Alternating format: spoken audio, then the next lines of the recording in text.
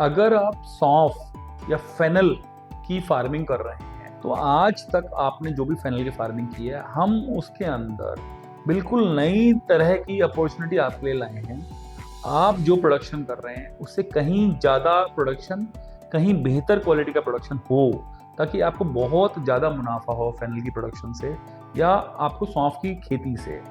करना क्या है, जब आप फर्टिलाइजर डालते हैं तो पूरा फर्टिलाइजर पौधे को मिलता नहीं है और पूरा फनल का या सौंफ का क्रॉप उतना ग्रो नहीं कर पाता, क्योंकि उसको पूरा न्यूट्रिशन मिलता नहीं है। इसके लिए आपको seed grow plus plus 1 litre पर एकड़ हर 15 दिन में या तो ड्रिप इरिगेशन से या फ्लड इरिगेशन से या आपको स्प्रिंकलर विधि से पौधे में, सॉइल में डालना है।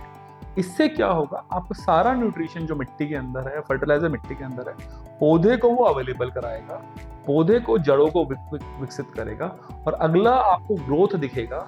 आप समझ जाएंगे कि पौधे में कितनी ताकत है, हमें उसको सिर्फ सही प्रोडक्ट डालने की जरूरत है। ऐसे ही जब हम ऊपर स्प्रे करने के समय पे आते हैं, जब सौंफ की वेजिटेटिव स्टेज जैसे कि 20-25 दिन के बाद आती है, उस समय पे नैनोसल्फ 2 मिली और नैनोरिच के साथ मिला के उसका स्प्रे करना चाहिए, जिससे कि जो न्यूट्रिशन एब्जॉर्ब हुआ है उसका सही सेल बन के पूरा प्रोटीन बन पाए, ताकि आपकी नई ग्रोथ आए। नीचे से न्यूट्रिशन सीड प्लस से मिलता रहे, ऊपर से न्यूट्रिशन आपको नैनोसल्फ मैनेज करके नई ग्रोथ लेके आए। नैनोसल्फ के स्प्रे करने से बहुत सारे कीड़े, सकिंग पेस्ट आपके कंट्रोल हो सकते हैं, जैसे कि एफिड्स या कोई और कीड़ा है तो।